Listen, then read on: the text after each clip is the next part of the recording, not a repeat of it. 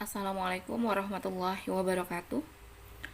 Alhamdulillah bertemu kembali dengan Ibu Indah di Responsi Resep kelas 12, masih membahas alur resep LSP tahap 2 dan masih menggunakan contoh dari resep seri 2. Gitu ya. Jadi kita akan lanjutkan contoh alur resep LSP tahap 2. Sebelumnya kita mulai dengan baca basmalah. Bismillahirrahmanirrahim. Semoga Allah mudahkan pembelajaran kita hari ini. Amin ya Rob. Terakhir kita sudah sampai di retur. Meretur barang yang tidak sesuai dengan surat pesanan apotik kita, apotik Nadari. Gitu ya. Jadi setelah melakukan retur, selain barang yang tidak sesuai kita kembalikan atau kita retur ke PBF, juga bersama faktur putih dan SPF putihnya. Itu ya. Kalian juga sudah mengerjakan tugas voice note atau rekaman suara ketika melakukan komunikasi, melakukan retur barang kepada PBF. Oke. Nah, yang harus kalian ingat, faktur kita ada 4 lembar. Ya. Faktur yang dikasih PBF ke apotik kita tuh ada 4 lembar. Warna putih, merah, kuning, dan biru. Ingat ya, yang putih kita kembalikan ketika melakukan retur, yang merah sudah kita tempel di jurnal, berarti faktur sekarang kita masih punya warna kuning dan biru. Diingat-ingat, SP ada 3 lembar yang kita buat. SP dibuat oleh apotik, ada 3 lembar. Yang putih kita kembalikan, kita berikan kepada PBF ketika retur. Yang merah kita tempel di awal soal penerimaan barang. Berarti kita masih memiliki SP yang berwarna kuning. Oke, sudah ya. Nah, setelah retur, apa yang harus kita lakukan? Oke, yang harus kita lakukan adalah yang pertama, kita mengisi form penerimaan barang sesuai dengan faktur yang sudah kita perbaiki harganya. Gitu ya. Coba kita lihat formnya seperti ini. Nih ya. Jadi barang kita yang kita terima itu cefadroxil tablet 500 mg, PBF-nya Anugerah Pharma, kamu tulis. Ini yang tidak Ibu isi, ini bukan berarti tidak diisi ya. Kamu isi. Coba karena responsi, jadi biar Ibu mudah saja, Ibu mengisi yang pentingnya saja. Kamu isi, semua lihatnya di mana, Bu? Lihatnya di faktur. Di faktur ada semua PBF-nya, PBF Anugerah Pharma. Tanggal fakturnya ada di faktur, nomor faktur ada di faktur. Nomor faktur itu SF0002. Tanggal fakturnya ada di faktur, jumlah barangnya ada di faktur. Tanggal terima ada, nomor batch-nya ada, ED-nya ada, semua ada di faktur. Itu ya. Nah, di sini cefadroxil tablet, PBF-nya apa, nomor fakturnya sudah, terus sampai ke sini. Sampai expire date. Nah, insert 7,5 ml juga begitu, 5 botol. Nah, ingat piroxicam tablet itu yang datang kan 3 box, ya kan? Tidak sesuai SP kita kan, sudah kita kembalikan 1 box, kita retur. Maka yang kita terima berapa? 2 box, jangan sampai salah. Nah, ini harusnya tidak bisa salah, harusnya. Karena apa? Karena fakturnya sudah kita perbaiki. Masih ingat faktur yang kita coret-coret? Mau dilihatin lagi faktur yang dicoret-coret?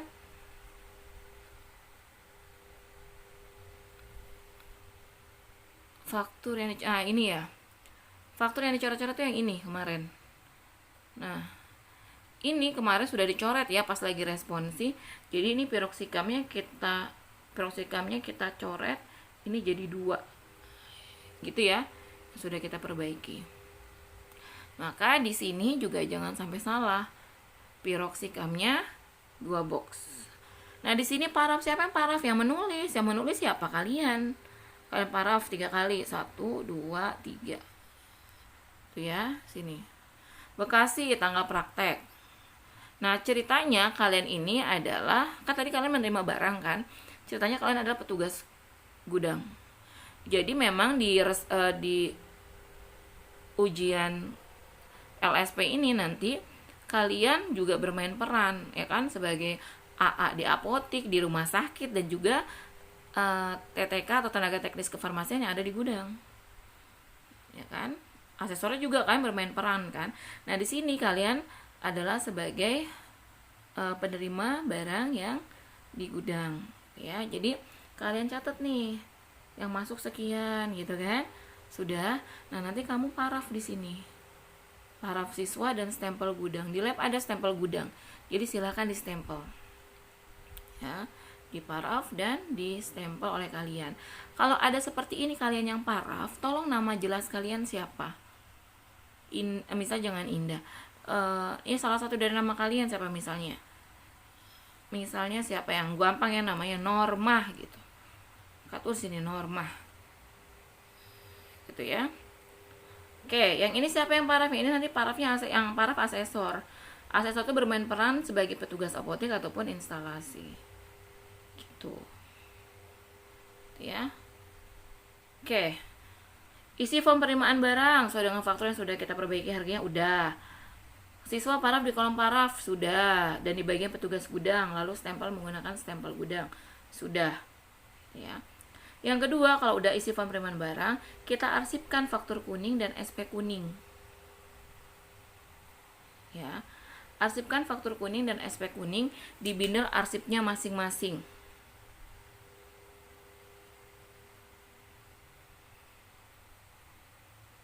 Ya. Kalian arsipkan faktur kuning dan SP kuning di binder arsipnya masing-masing. Jadi kalau yang faktur kuning di bundle arsip faktur, SP kuning di bundle arsip SP. Sudah, kalau sudah ingat kita masih punya faktur yang berwarna apa? Faktur yang berwarna biru. Ya.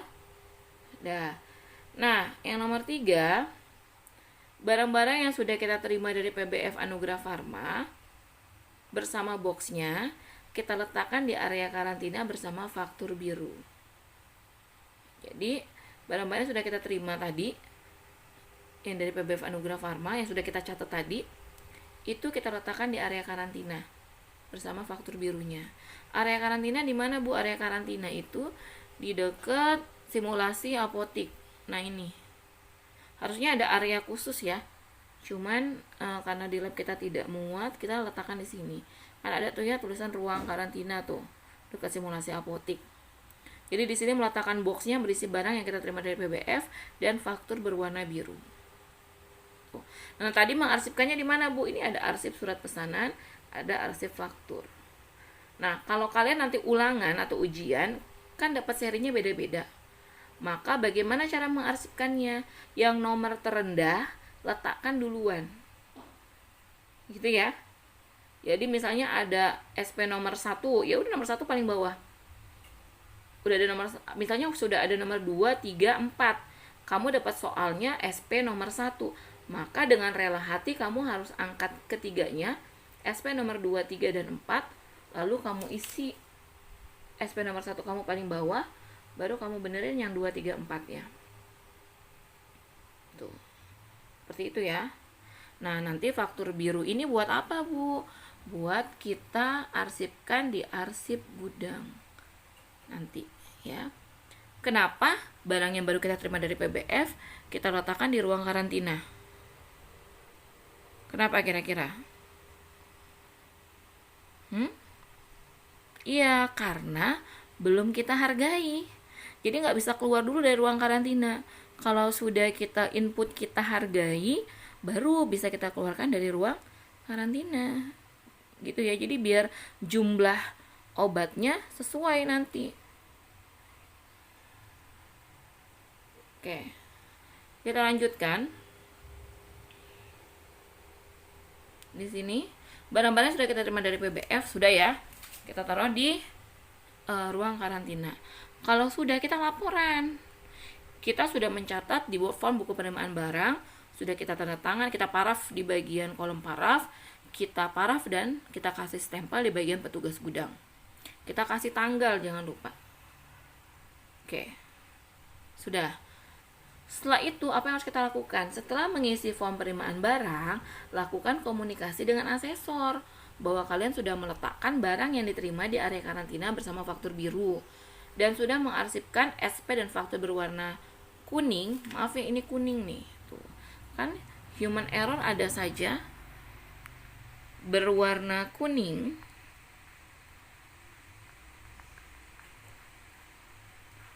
nggak mungkin biru ya, karena biru kan ada di box. Ulang. Lakukan komunikasi dengan asesor bahwa kalian sudah meletakkan barang yang diterima di area karantina bersama faktur biru dan sudah mengarsipkan SP dan faktur berwarna kuning di binder arsipnya masing-masing. Dan kalian juga sudah mencatat barang yang diterima di form buku penerimaan barang. Sebutkan nama barangnya, expire date dan jumlahnya berapa, lalu minta para asesor sebagai petugas apotik atau IFRS. Oke, mau dicontohkan? Oke, Ibu contohkan. Kurang lebih komunikasinya seperti ini. Kalau kalian agak berbeda, yang penting maksudnya sama, ya. Jangan berbeda banget dan beda makna gitu ya. Contohnya seperti ini, tolong perhatikan baik-baik. Ibu, barang yang saya terima dari PBF Anugrah Pharma sudah saya letakkan di area karantina bersama dengan faktur birunya. Saya juga sudah mengarsipkan SP dan faktur berwarna kuning di binder arsipnya masing-masing. Dan saya juga sudah mencatat barang yang kita terima di form buku penerimaan barang. Yaitu yang pertama, Cefadroxil tablet 500 mg dari PBF Anugrah Pharma. Jumlah barangnya 2 box, expire date-nya sekian-sekian. Insto 7,5 ml, jumlah barangnya 5 box, expire date-nya sekian-sekian. Piroxicam tablet 10 mg, jumlah barangnya 2 box, expire date-nya sekian-sekian. Saya minta paraf Ibu sebagai petugas apotik. Dah, sampai di situ. Yang petugas apotik atau instalasi ini, yang ini tidak perlu distempel. Ya, jadi silakan, lalu asesornya akan paraf.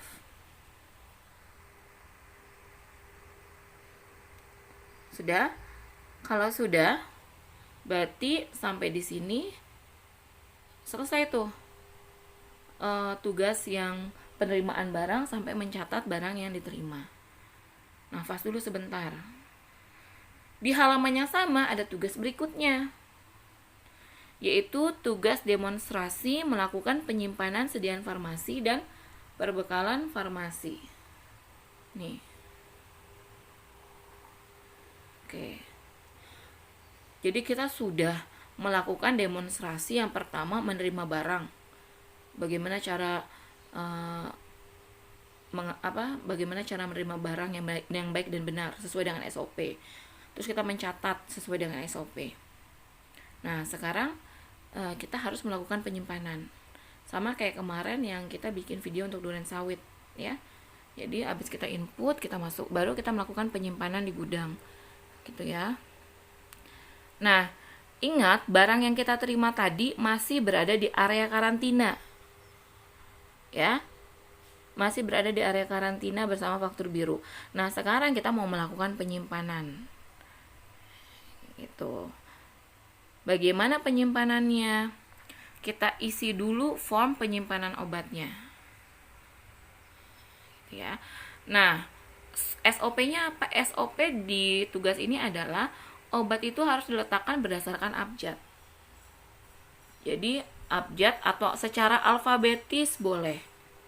Obat diletakkan berdasarkan abjad atau obat diletakkan secara alfabetis dengan sistem FIFO atau FEVO, pilih salah satunya. Gitu ya. Nah, di sini keterangannya SOP kita adalah yang dengan cara FEVO adalah yang jenis antibiotik. Selain antibiotik, maka penyimpanannya sistem FIFO secara alfabetis dengan sistem FIFO. Itu ya. Ulang. Jadi SOP kita di penyimpanan adalah obat diletakkan secara alfabetis berdasarkan sistem FIFO atau FEVO. Yang FEVO adalah antibiotik. Kenapa? Karena antibiotik itu dia lebih lihat ke expire date-nya. Gitu ya. Nah, yang FIFO apa? Selain antibiotik. Sebenarnya boleh dua-duanya, cara dua-duanya boleh.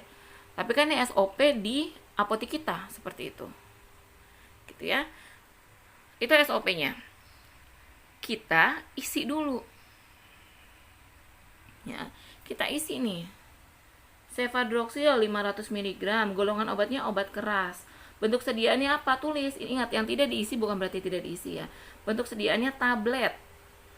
Nah, cefadroxil ini kan antibiotik. Maka sistemnya FIFO atau FEVO? Yes, FEVO. Ini nanti pengawas yang isi, asesor. Sembari kamu meletakkan di lemari, nanti asesor akan mengisi sesuai atau tidak dan beliau akan paraf. Ya. Yang kedua, Insto 7,5 ml. Golongan obat apa? Karena dia logonya biru, maka dia bebas terbatas. Bentuk sediaannya apa? Cair atau gute.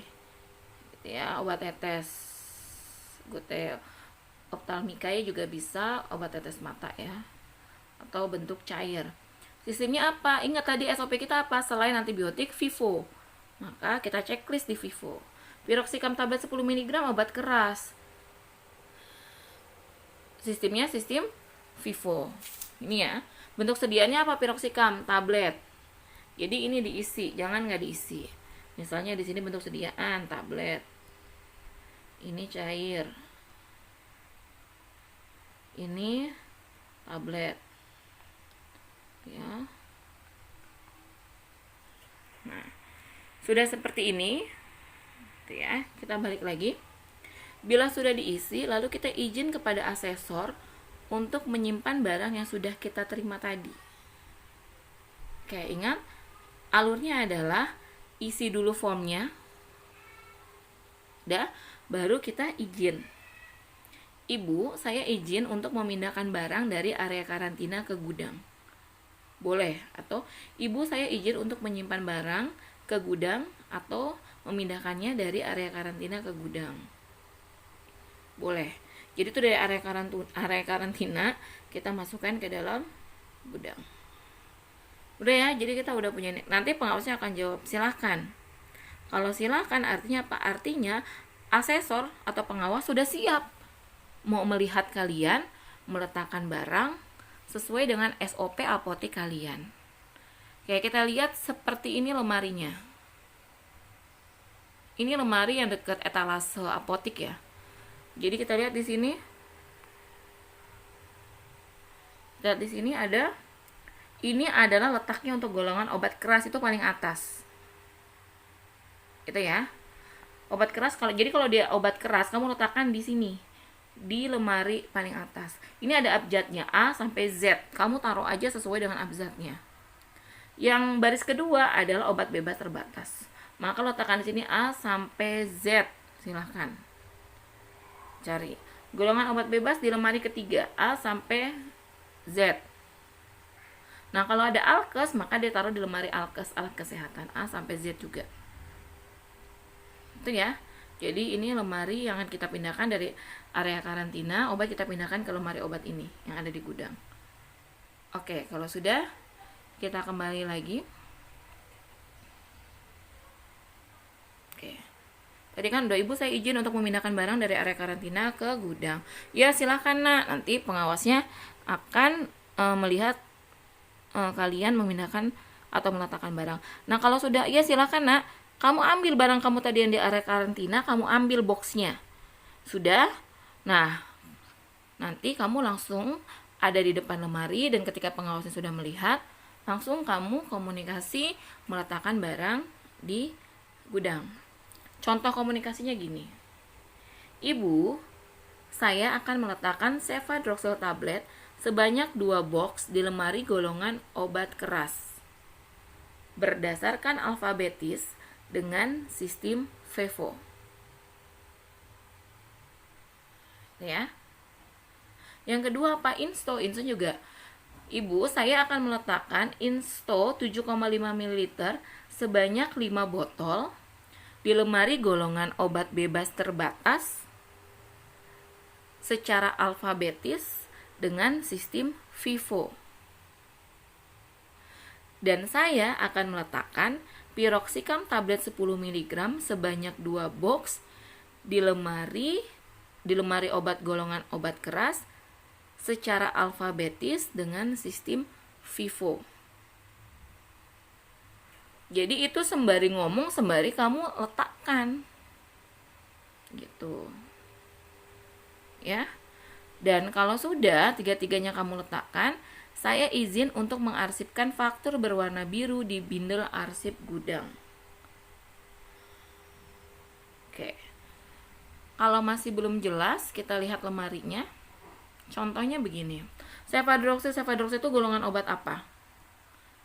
Cefadroxil golongan obat keras, berarti dia taruhnya di lemari ini. Cefadroxil. Cari huruf C, misalnya huruf C di sini.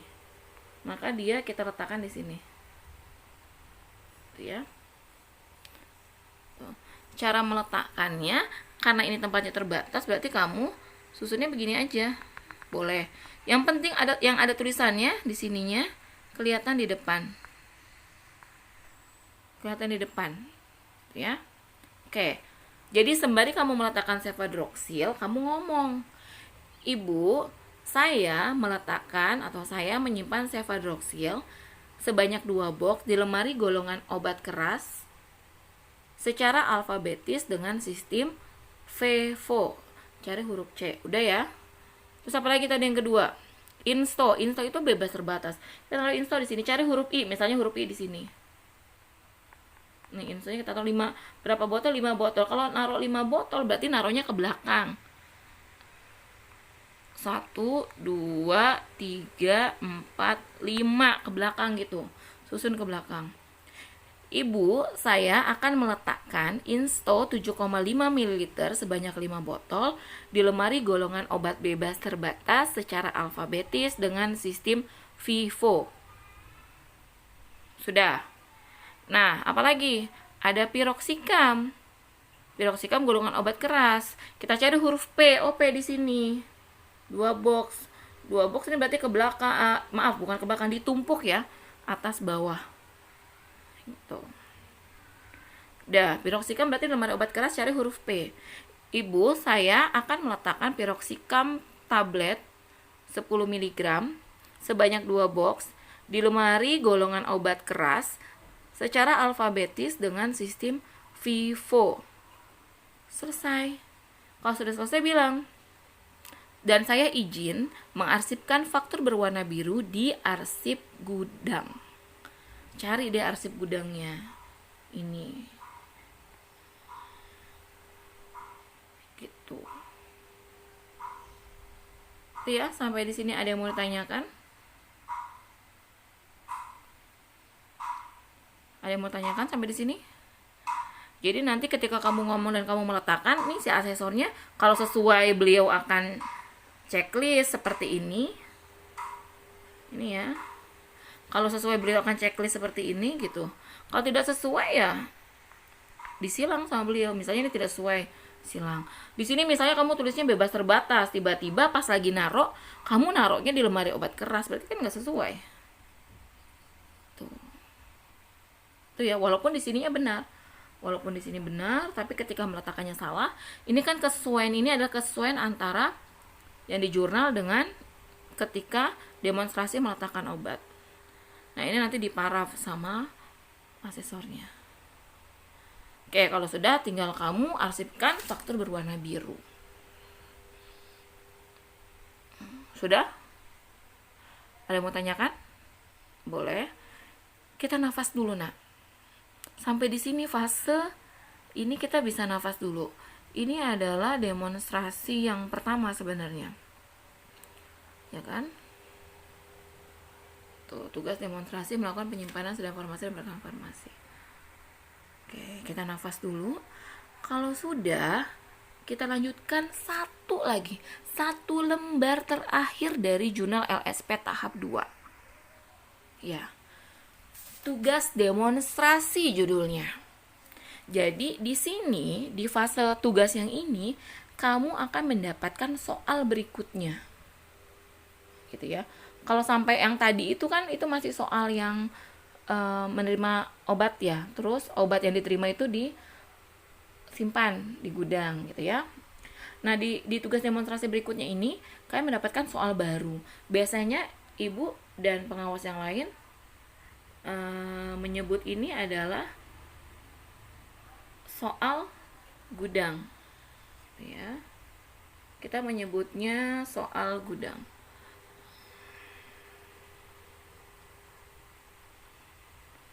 Soal gudang.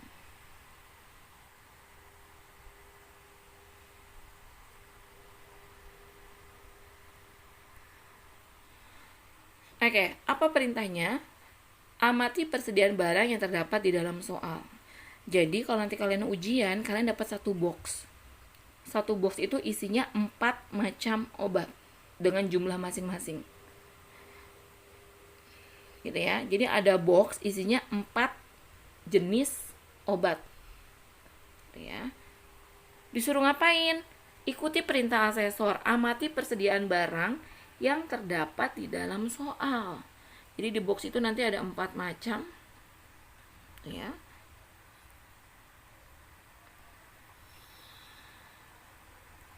Soalnya seperti ini. Lakukan kontrol kadaluarsa dan persediaan beserta rekap barang yang sudah kadaluarsa dengan mengamati 4 item obat yang sudah tersedia di meja uji. Meja uji ya. Jadi nanti di dalam box kalian dapat box satu-satu. Ini kalau ujian. Nah, masing-masing itu kondisinya ada 4 kondisi. Jadi ada 4 item obat dan 4 kondisi. Yang harus kalian perhatikan, yang manakah yang termasuk kondisi-kondisi berikut ini. Yang pertama, di dalam 4 item obat itu ada yang sudah kadaluarsa. Oke. Ada yang sebentar lagi kadaluarsa. 4 bulan menuju kadaluarsa. Itu ya, berarti kalau sekarang bulan Oktober gitu ya, maka bulan Desember, bulan Januari itu termasuk yang menjelang kadaluarsa. Stok menumpuk, biasanya kamu cari aja yang stoknya paling banyak di box itu namanya stok menumpuk. Entah 5, entah 6 box gitu ya, itu biasanya kita sebut stok menumpuk. Selanjutnya adalah ada satu obat yang tidak ada masalah, baik stok maupun ED-nya. Gitu. Nah, kalau sudah kamu perhatikan, kamu amati kondisi 4 item obat dengan kondisinya, maka bisa kamu masukkan ke dalam form kontrol kadaluarsa dan persediaan. Oke, jadi kamu cek yang pertama, berarti kamu cek apa? Cek ED-nya. 4-4-nya kamu cek ED-nya. Yang mana termasuk yang sudah kadaluarsa, yang mana yang sebentar lagi kadaluarsa, yang mana yang tidak ada masalah kadaluarsanya. Nah, udah langsung ketahuan dari ED. Kalau stok menumpuk, cari saja jumlahnya paling banyak. Kalau yang lain-lain kan paling satu box. Nah, kalau soal untuk stok menumpuk, biasanya obatnya itu 5-6 box. Sudah ya, bisa diperhatikan. Dapat soal di dalam box, isinya 4 item obat. Kamu disuruh mengamati obatnya itu, yang manakah yang kondisinya sudah expired, menuju expired, stok obatnya menumpuk, atau yang tidak ada masalah sama sekali. Bagus dari kualitas maupun dari stoknya ya. Oke. Nah, ini soal gudangnya Ibu pakai yang tipe 1 karena kemarin Ibu sempet screenshotnya yang tipe 1. Nggak apa-apa ya. Jadi kita lihat soal gudang tipe 1 itu di dalam box kamu ada folda 1 flash atau 1 botol. Ada folda 1 botol. Expire date-nya 25 September 2018. Berarti dia termasuk yang mana nih? Dari 4 kondisi tadi, iya, termasuk yang sudah kadaluarsa. Gampang kan? Pimtrakol Plus ada Pimtrakol Plus ada 1 botol, 1 flash. Expire date-nya 25 Desember 2020.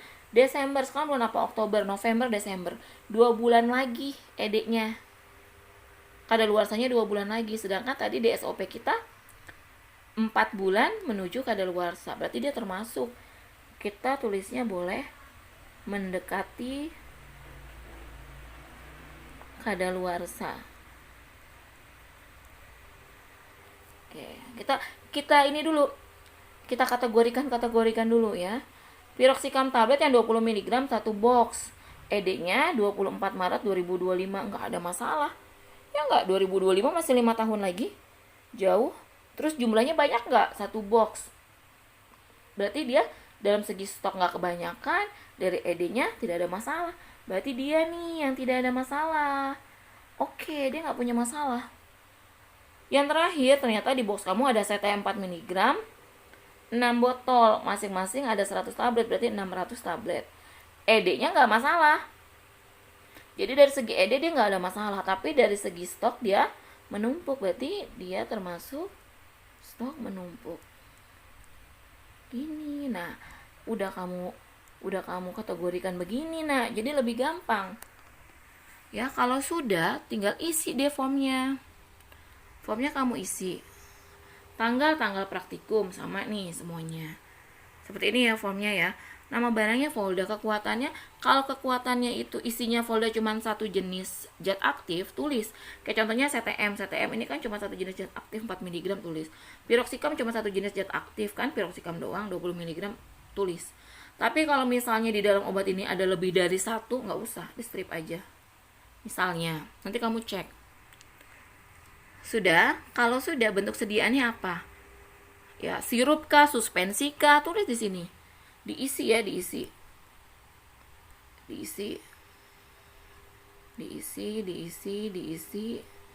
gitu ya. Misalnya sirup, emulsi atau apa.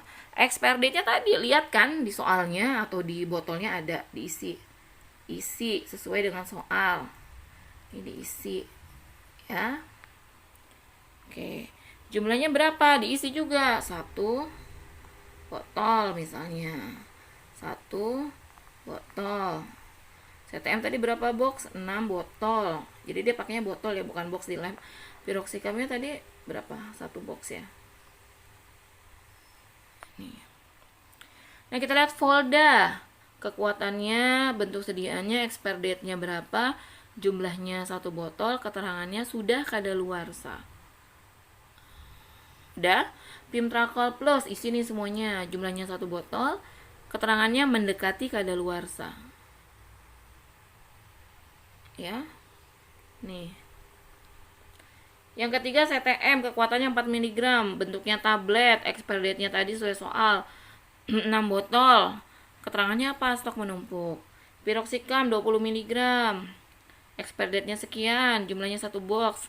Keterangannya tidak ada masalah. Tuh, udah. Kalau sudah kamu isi berarti kamu bisa mengkategorikan persediaan. Ya, mana yang udah kadaluarsa, karena kan sudah kadaluarsa kan tidak mungkin kita jual gitu. Biasanya masih bisa kalau ada perjanjian dengan PBF, bisa kita balikan ke PBF-nya gitu ya. Nah, Bekasi, isi tanggal praktikum. Petugasnya siapa ya? Kamu. Tulis nama jelas kamu. Siapa? Isi. Misalnya Fulana. Ya. Udah isi udah mengerti cara mengisinya?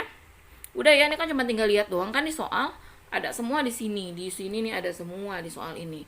Tinggal dipindahin aja ke sini. Gitu. Yang terakhir di lembar soal LSP tahap 2 ini adalah form rekap barang yang sudah kadaluarsa. Nah, dari mengamati stok di gudang tadi, berarti kita tahu ada barang yang sudah kadaluarsa, yaitu Volda. Nah, Volda lah kita taruh di sini. Tanggalnya tanggal praktek, nama barangnya Volda, kekuatannya tadi kalau zat aktifnya lebih dari 1 di strip saja. Bentuk sediaannya ditulis, sirup, emulsi atau apa. Jumlahnya berapa tadi? 1 botol ya. Expire date-nya sekian. Ya kan, sudah expire. Keterangannya sudah kadaluarsa. Kamu isi Bekasi, tanggal praktikum, tanda tangan petugas, tulis nama jelas, Fulana. Bisa seperti itu. Nah, sudah selesai berarti ngisinya. Gitu kan? Kita lihat lagi. Sudah kita cek, oh udah ini udah kita isi. Oke, apalagi ini sudah kita isi. Ini halaman terakhir ya. Nah, sekarang tinggal mengkomunikasikan. Setelah mengamati persediaan gudang dan mengisi form kontrol kadaluarsa dan form rekap barang yang sudah kadaluarsa, lakukan komunikasi kepada asesor untuk menginfokan hal tersebut. Contoh komunikasinya, ya seperti ini, ya. Apa? Harus dicontohkan juga? Oh gitu. Oh, nggak bisa sendiri. Oke, Ibu contohkan. Kurang lebih contohnya begini. Ibu, setelah saya mengamati persediaan di gudang, saya sudah mengkategorikan barang-barang tersebut menjadi 4 kategori. Yaitu yang pertama, nama barangnya Volda, expire date-nya sekian, jumlahnya 1 botol dengan keterangan sudah kadaluarsa. Lalu ada Primtakol Plus, expire date-nya sekian, jumlahnya 1 botol dengan keterangan mendekati kadaluarsa. Lalu ada apa? Ada CTM tablet, expire date-nya sekian, jumlahnya 6 botol dengan keterangan stok menumpuk. Dan yang terakhir ada apa? Dan ada piroxicam tablet 20 mg, expire date-nya sekian, sebanyak 1 box, tidak ada masalah. Dan saya juga sudah merekap barang yang sudah kadaluarsa di form rekap kadaluarsa, yaitu pada tanggal, sebutkan tanggal praktek, nama barangnya Volda, jumlahnya 1 flash dengan keterangan sudah kadaluarsa. Boleh juga disebut lagi ED-nya, nggak disebut juga kalau Ibu tidak ada masalah. Kenapa? Karena sudah dijelaskan di sini. Ya, jadi saya juga sudah merekap barang yang sudah kadaluarsa di form rekap kadaluarsa, nama barangnya Volda, jumlahnya 1 flash atau 1 botol dengan keterangan sudah kadaluarsa. Lalu soalnya nggak sampai di sini doang. Soalnya sampai kamu simpan barang ini di gudang sesuai dengan kondisinya masing-masing. Maka abis ngomong ini dengan keterangan sudah kadaluarsa, kamu sambung. Dan saya izin menyimpan barang-barang tersebut di gudang sesuai dengan kondisinya masing-masing. Sesuai dengan kondisinya masing-masing. Gitu ya. Oke, kita cek berarti di sini. Di sini nih tempatnya. Ini ada yang expire date, ada kotak expire date, ada kotak lemari untuk yang mendekati expire date atau kadaluarsa, dan paling bawah sini ada ini ya, kebaca nggak? Paling bawah ini nih ada stok menumpuk, gitu. Ya, oke. Gimana caranya? Tadi setelah kamu izin dan saya izin menyimpan barang-barang tersebut di gudang sesuai dengan kondisinya masing-masing, Ibu. Kata pengawasnya, iya silahkan. Udah, kamu bawa boxnya ke depan lemarinya, nanti pengawasnya akan melihat kamu melakukan demonstrasi penyimpanan barang. Nah, kata-katanya gimana? Kata-katanya seperti ini. Kan tadi udah jelasin tuh. Ya udah, berarti ketika kita meletakkan barang nggak usah terlalu banyak penjelasan. Sebutkan saja nama barangnya dan jumlahnya, terus mau masukin ke lemari yang mana. Contohnya ini ya, Volda diletakkan di lemari dengan keterangan sudah kadaluarsa. Primtakol Plus letakkan di lemari dengan keterangan mendekati kadaluarsa. Seperti ini kata-katanya. Oke. Dengan kondisinya masing-masing. Nah, ada satu nih yang perlu digarisbawahi, makanya Ibu bold, Ibu tebelin, dan Ibu miringin biar kamu baca. Yang tidak ada masalah tadi apa? Piroxicam 20 mg 1 box kan. Nah, dan karena piroxicam 20 mg sebanyak 1 box tidak ada masalah, maka saya akan meletakkannya di lemari obat golongan obat keras secara alfabetis dengan sistem FIFO. Ya, jadi yang nggak ada masalah ini kamu harus tahu. Yang nggak ada masalah kan piroxicam, kamu harus tahu dia golongan obat apa ya. Oh, keras berarti nanti saya letakkan di lemari obat keras dengan menggunakan sistem FIFO secara alfabetis. Oke, Ibu kasih contoh deh. Contohnya begini, biar kamu tambah paham ya. Oke, contohnya begini. Oke, sudah nih kamu udah megang box di depan lemari, pengawasnya juga sudah ada di samping kamu. Kamu maka ngomong, Ibu, saya akan meletakkan Volda sebanyak 1 flash di lemari dengan keterangan sudah kadaluarsa. Nah, Voldanya kamu taruh di sini. Volda. Ya, taruh di sini. Karena ini nggak berdasarkan alfabetis, taruh aja. Udah. Dan saya akan meletakkan Primtakol Plus di lemari dengan keterangan mendekati kadaluarsa. Taruh di sini. Pimtrakol plus. Dah. Dan saya akan meletakkan CTM tablet sebanyak 6 botol di lemari dengan keterangan stok menumpuk. Nah, CTM taruh di sini. Stok menumpuk. Ada 6, ingat ya, berarti dijajar 6. 1, 2, 3, 4, 5, 6. Taruh di keterangan stok menumpuk nih. Nah, sekarang yang nggak punya masalah apa? Piroxicam. Nah, piroxicam tuh nggak ada tulisan tidak ada masalah. Nggak ada ya. Ini adanya yang sudah kadaluarsa, mendekati kadaluarsa, stok menumpuk. Tidak ada tuh di sini, tidak ada masalah, nggak ada.